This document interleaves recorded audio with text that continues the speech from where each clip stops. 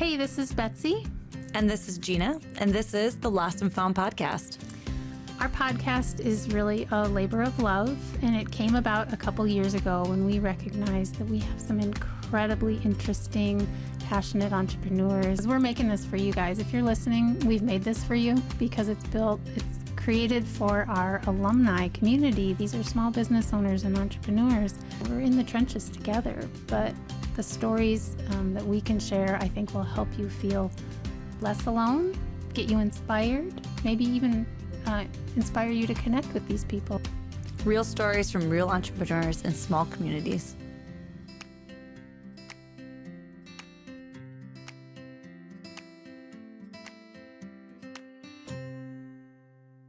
Perfect. Jeez, it's going to be so good. All right. So here we are. Welcome back to the Lost and Found podcast. We have not recorded one for a little while, so I'm really excited to get back into the swing. Gina is here with me, and we're going to do this together, which is fantastic. And we've got Mike Bregel here, and Mike is one of my favorite people. He's probably one of the more creative people I've ever known in my life. He's an alumni of boot camp, but I'm also kind of proud to say he's been on our redstar team too, and he still is in a different capacity, but we're really lucky to still be working with him. And just so the listeners know, and Mike will tell his story, Mike is an entrepreneur. He's an artist. He's a designer. He's a video editor. He's all the things. So he's built a career on his creativity, which is super cool. And what we're talking about today is slanted more towards his entrepreneurial side, which is the business you've started called Eternal Realms. But tell us a little bit about that journey. So as a kid, you were into games. You liked that whole fantastical world, that kind of culture.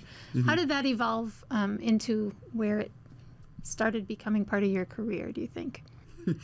That's a beautiful question, Betsy. And thank you for framing this up. It is so awesome to be here. And thank you for the kind words, Betsy. That is high praise, being one of the most creative people that you know. I don't know how to fill those shoes. But well, you already do. Oh, my gosh. So that is a wonderful question. I think back when I was a little kid. Of course, I drew all the time, as kids do. I remember I was obsessed with cards, which is kind of interesting. I had to have all sorts of decks of cards. And at the time, I didn't, there wasn't a lot of cool, what I would consider kind of cool avant-garde or like fantasy games or interesting games. Back in the day, there was kind of the staples, the Monopoly, the Risk, and then like regular decks of cards. But whenever my older sister traveled somewhere, which she did a fair amount of, she would always send home a deck of cards for me. So I had like a deck of cards from Jamaica and from just all sorts of the different places. And so I loved playing with cards. I loved drawing, of course. I remember making my own little action figures, making little Ninja Turtles. I would draw them and then cut them out. And we grew up where I didn't have a lot of means, didn't have a lot of things. So creating my own action figures was very relevant because I couldn't have all the ones that I maybe wanted. So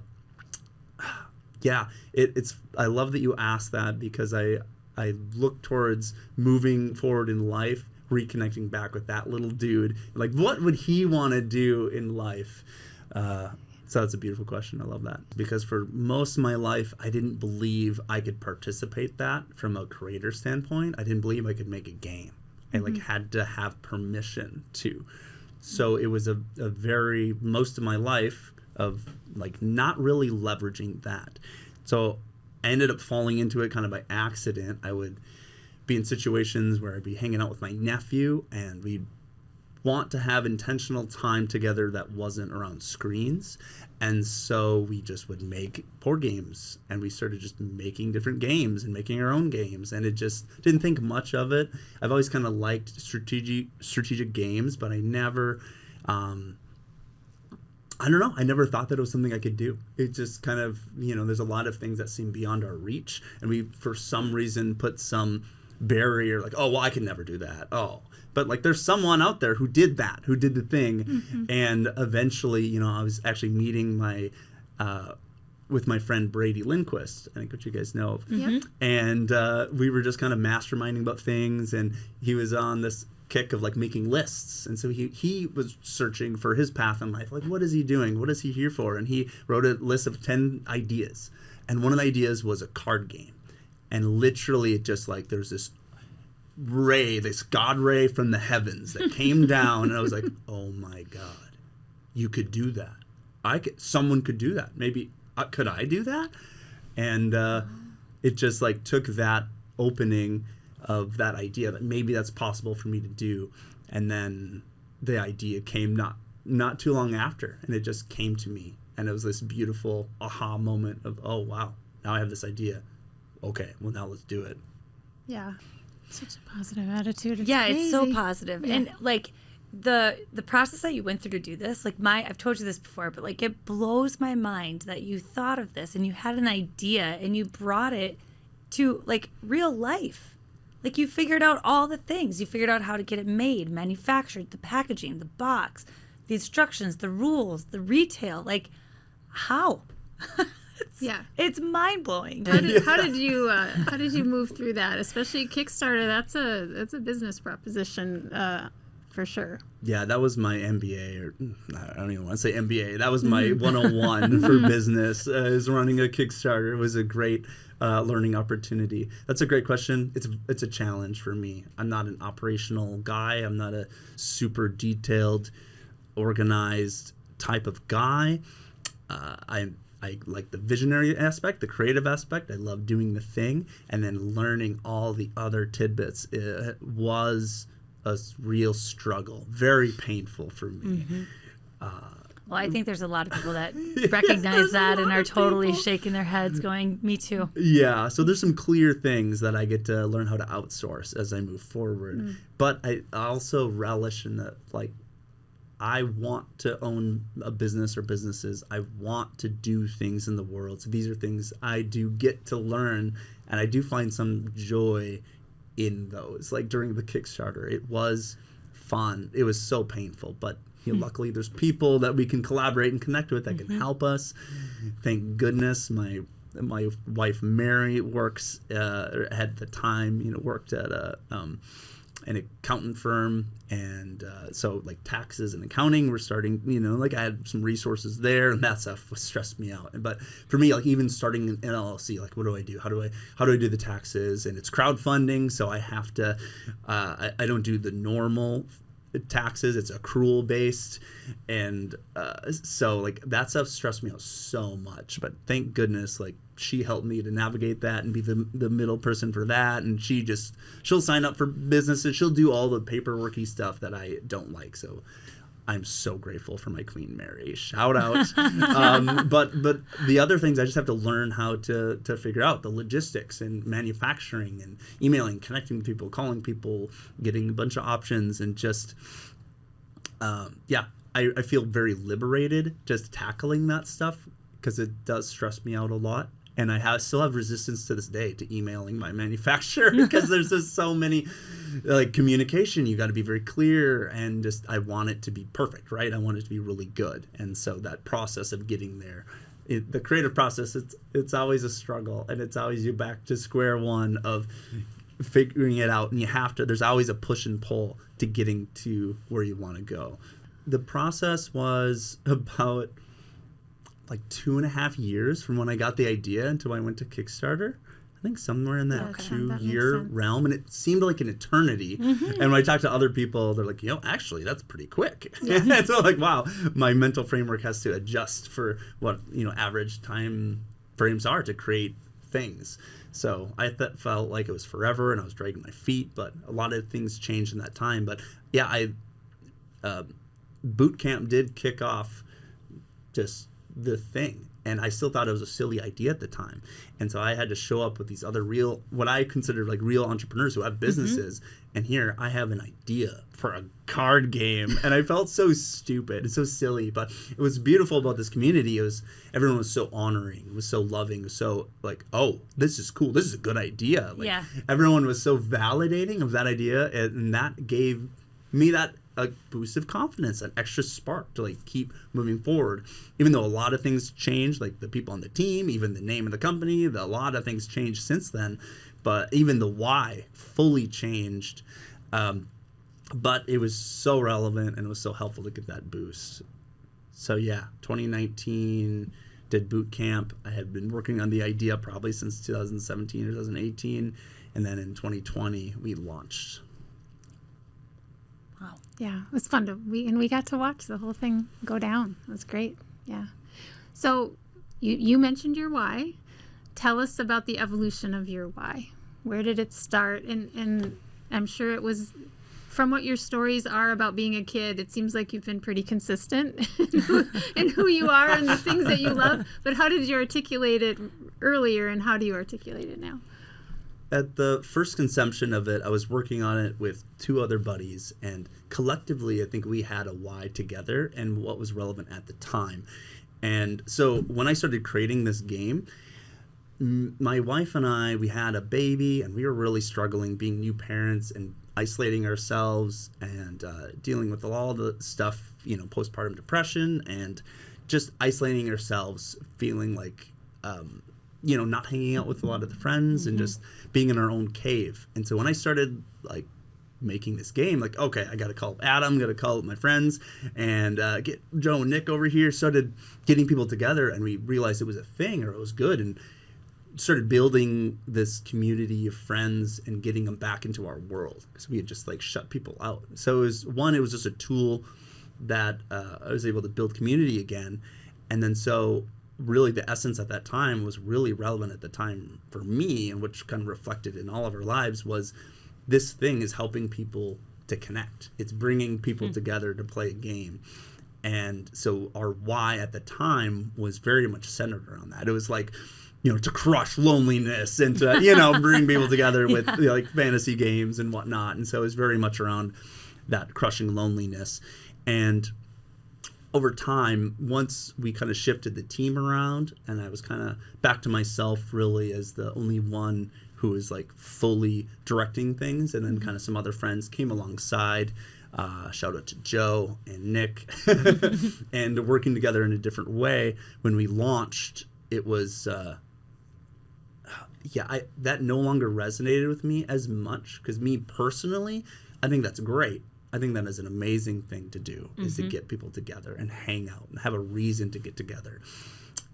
But that doesn't get me up in the morning. That's not really exciting to me. What's really exciting to me personally is our personal identity and how we view ourselves and who we are. And I believe that we're magical beings. I believe that we're divine beings, and we're all from the same source, and that we each have a gift and a magic that we can connect to and to bring to the world.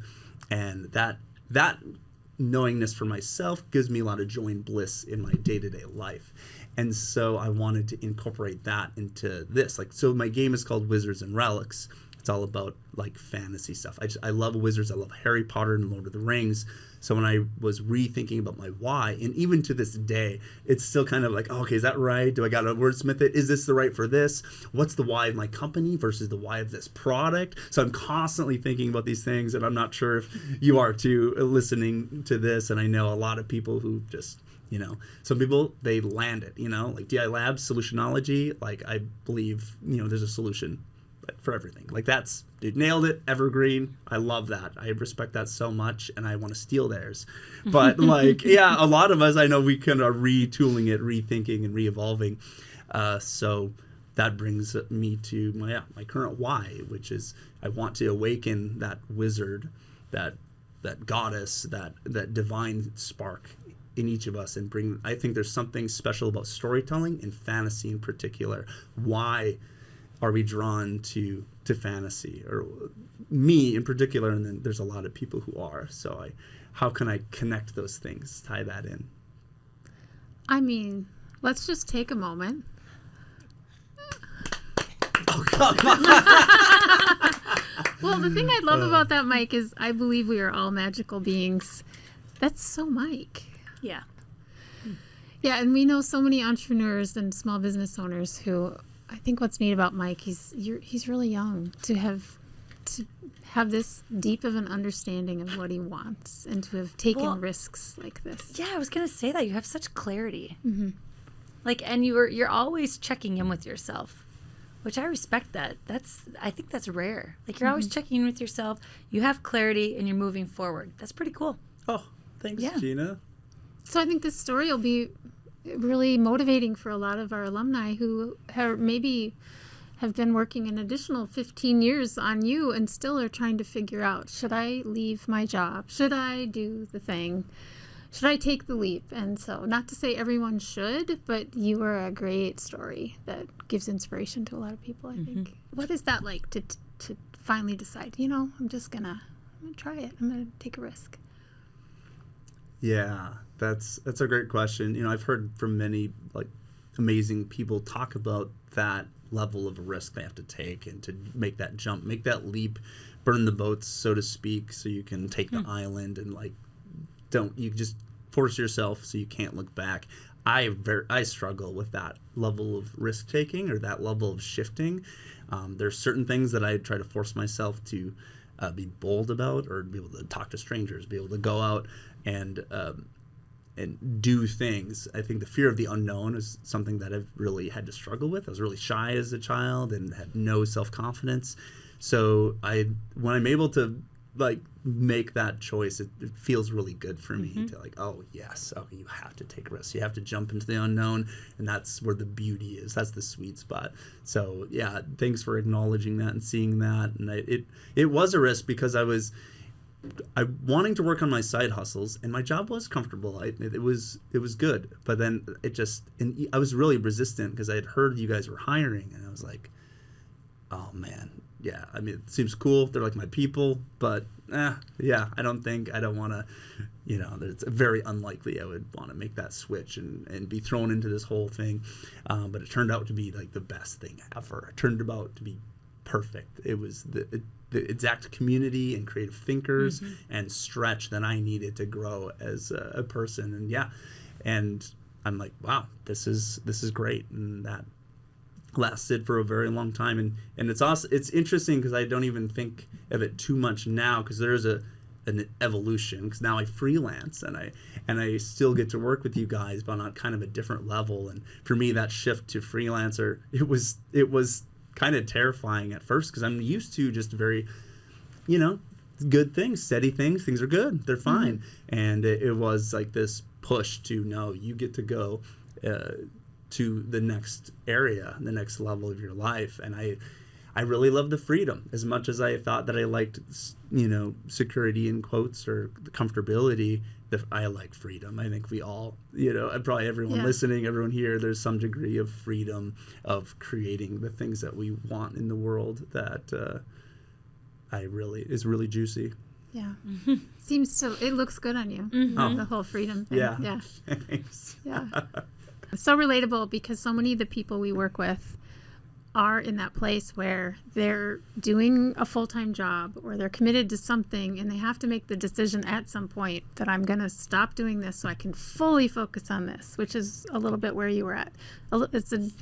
And one thing that was interesting about when it happened to you, at least from my perspective, when you went from being a full-time team member at redstar to a freelancer, was it wasn't like, correct me if I'm wrong, I hate my job and it's time, I gotta get out of here. Yeah, hopefully.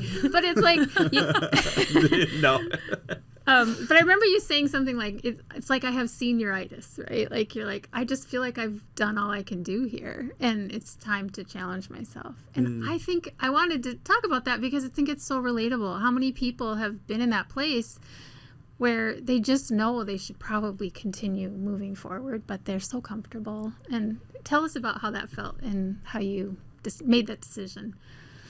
It is challenging to go from a place that is great. It's good. Yeah.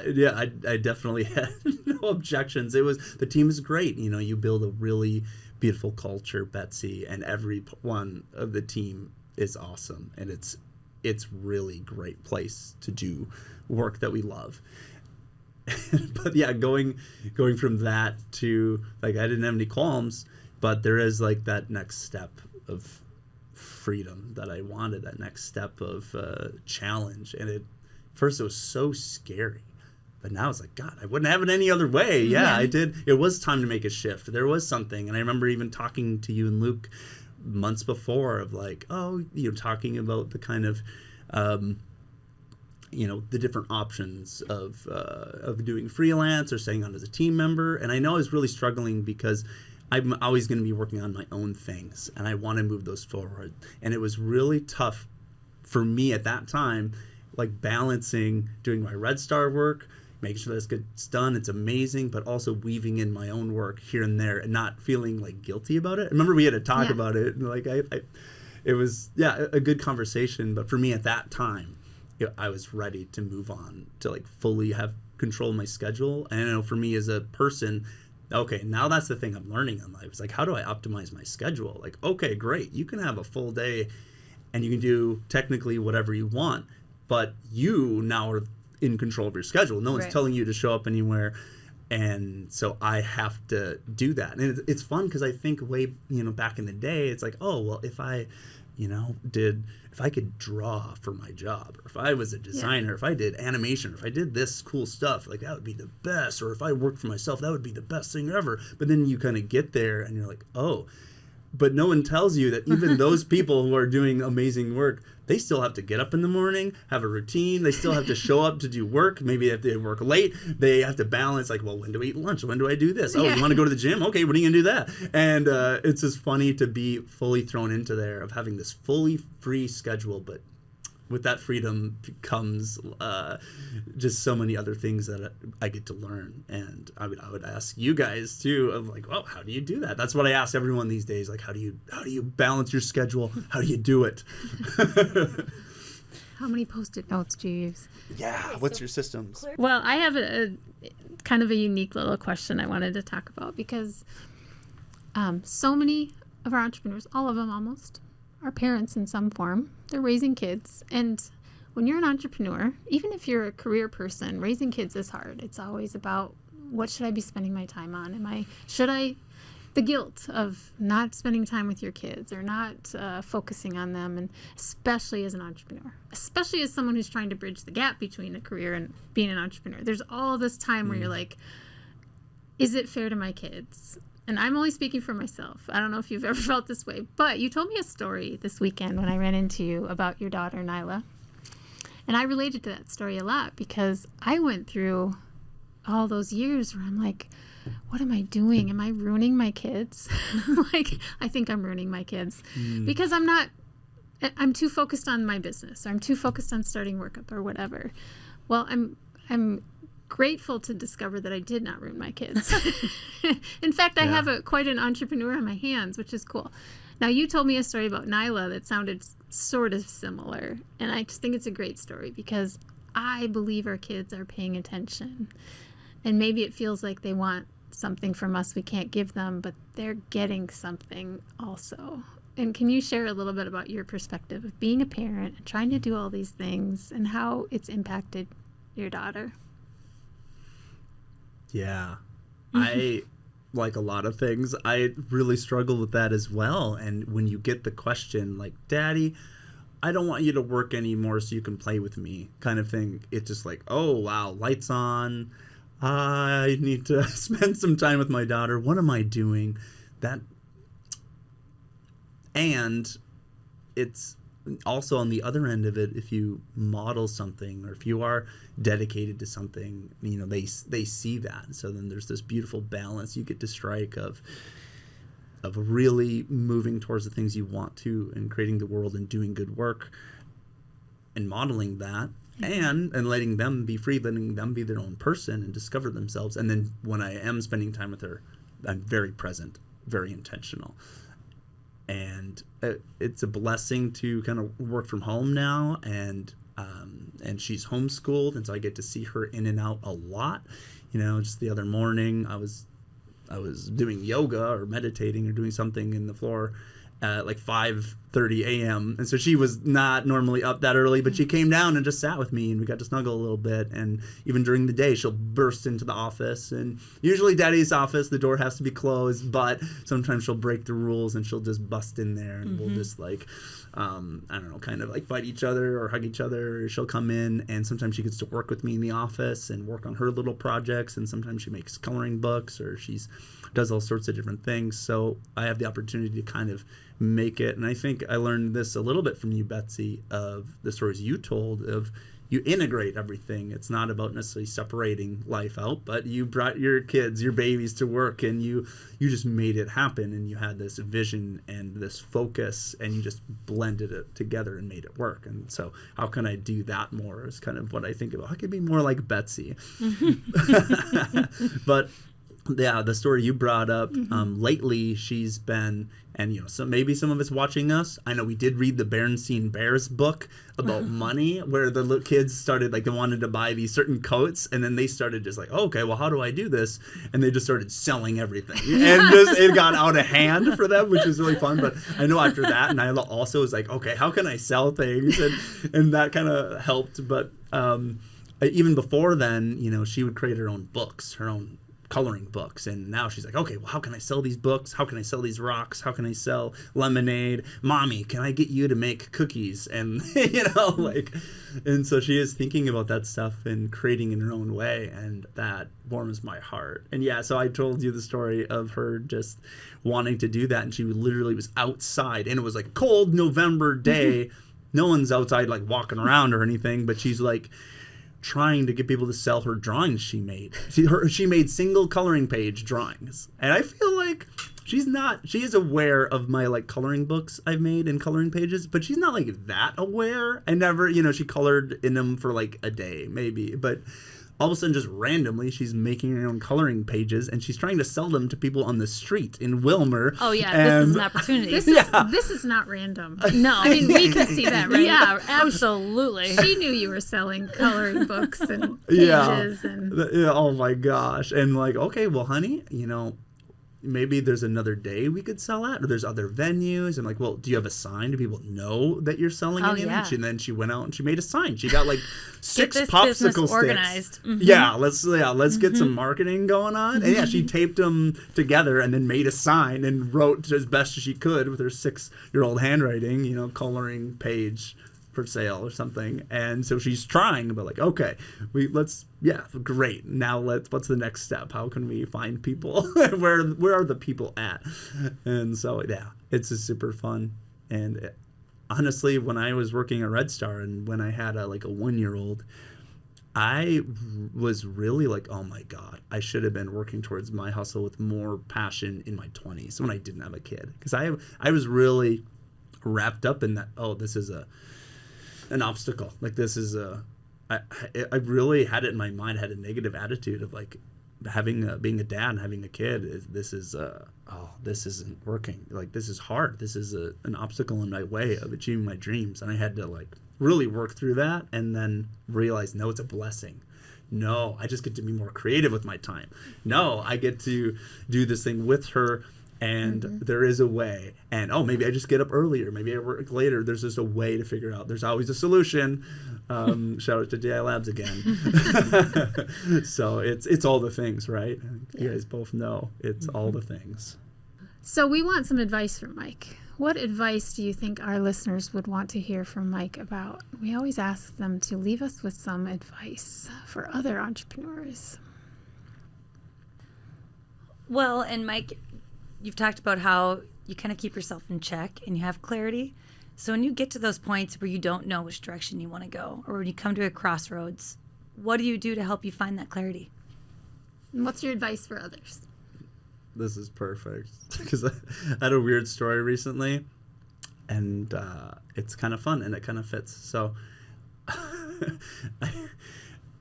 taking inspired action is something I've been trying to do lately. Taking action is hard for me. I have to learn how to just get myself up and throw myself at things. That doesn't come naturally, but I tuning in and being inspired is also very challenging. It's the balance of the masculine and the feminine, the yin and the yang, the receiving and the giving. And so being able to tune in to whatever you believe that means, whether it's your body or the God or the universe or your higher self, tuning into inspiration and then taking action from that, but giving yourself the space to be open to it and receiving that information, then your action is going to be much more effective. So example, I was in the sauna the other week, and I was had like 20-30 minutes to kind of just be there. And I like to use that to do different breathing techniques or to quote unquote meditate. And I was in a place of like, yeah, I'm kind of stuck in certain areas. I don't know how to move forward in things. And that's, that's just such a struggle that we all deal with. What do I do? What I do? There's so many different things. And so I trust that I'm going to be guided to the right answer. And so this was kind of a unique thing. So I felt very strongly that the presence of Jesus literally popped into my mind palace. So I have like a mind palace where I talk to like my higher self, and I visualize him as the best version of me.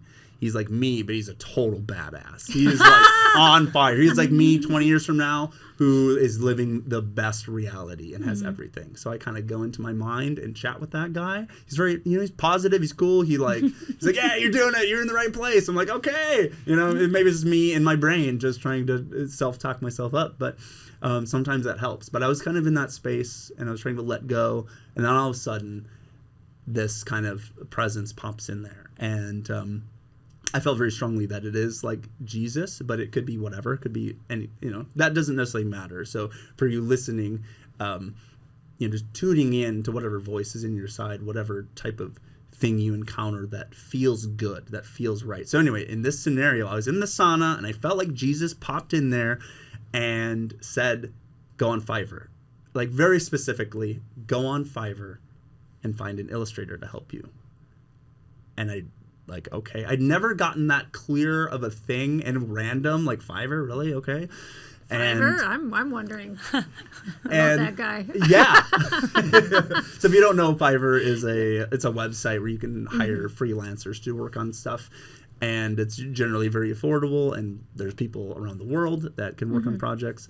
So I'm like, okay. So I never actually used Fiverr or hired anyone on there, and it was on my list for years to just try to learn how to hire people to do things. And so yeah, I got that message, I wrote it down, and I took action on it, and I found 3 people, and they were all kind of meh about it. They didn't sound exciting, but 2 of them were like, yeah, okay, I can do that. I was like, and so I searched for a little bit more, because I feel like I'm going to know when I find the person. And then I connected with this one last person, and her name is Dasha, and she's from Turkey, and she's Russian, and I'm like, her art style is a little different, but I'm like, maybe it could work, maybe she could do it. And then she replied back like, oh my gosh, this sounds so fun. She's like, I love it, I'm on board. And then we started talking about, she loves Harry Potter, she plays Skyrim, which is my favorite game ever. She's reading, she loves the Witcher series, and Mary and I recently started watching the Witcher series on Netflix, and I've just been getting into the lore and the storytelling of that and all these different things, and it was like, this is it, this is the person, and she's perfect. And she's done 3 drawings already, and I'm going to send her basically everything, or like a lot of my work. And so for you listening, to answer your question, like this was a moment for me that I felt like was inspired action, and I put myself in a place to just receive, and because I don't have all the answers, I don't know anything, and there's a lot of stuff I don't know, so sometimes I just need help, I need to surrender. So what works for me, and maybe it could help someone else, is to just like relax, find yourself in a place of just peace and quiet, and ask yourself, ask your body, ask whatever you want to ask, and maybe a message will come in, and maybe if you take action on it, it'll produce good results. So that's been exciting for me. So that's what I got for you. That's powerful advice. That's really good advice, Mike. Thank you. I love it. All right, well, this has been fantastical. Am I right? It has been fantastical. And after these mics go off, I want to know how to build a mind palace. Yeah. Yeah. I'm ready to do some research I'll have around a that. course coming out. Because I want my badass self up there in my mind all the time. I think that's great. Yeah, so for people who want to learn more about Mike, you have a website, eternalrealms.co, is that right? That's right. So you've got a website. Look, check it out. I mean, it's beautifully done. You've got a beautiful product, but you've also got beautiful marketing. And also go to Kickstarter.com and do a search for your game, Wizards and Relics, and check out. You can see the campaign still. Check out the campaign. I mean, get ideas. I mean, Mike put... especially the first one, I think this is true. You put most of that together by yourself. Like, you had help, but I mean, everything from the game concept to the game illustrations to the marketing of the game to the copy to that's a lot. That's a lot, and it's beautifully done. So, if you want some inspiration, go check out Mike's Kickstarter. Thank you. It was great. So, thank you for coming and sharing, and hopefully, we'll be doing another one. I don't know, soon to talk about the next big thing you just did. I think that's a great idea. Yeah. We get hours more to talk here. Maybe we should bring our kids in to do one together. Oh, yeah. Our entrepreneurial. I bet Jessie would love that with like our 7, 8, and 6-year-olds sitting here like, so tell me about what gave you the inspiration around that. Yeah. The answers will be great. Yeah, it would be great. We'll put that idea in the hopper. So. Yeah. Well, thank you. right. It was a pleasure being here. It is always so uplifting and inspiring to chat with you both. You're like hype girls, and I love that. You're so like encouraging. It gets me going in the best way. We're Yeah. gonna put a hype girl in my mind palace too. Yeah, totally. We all need. I just want to know who's coming to visit Gina to give her. It's gonna be a party. All right. Well, thanks for a great interview, and yeah, we'll see you soon at the next, I don't know, retreat, event, happy hour, whatever. Workshop, you name it. We'll see you then. Okay. Stay All right. magical. Aw. Okay.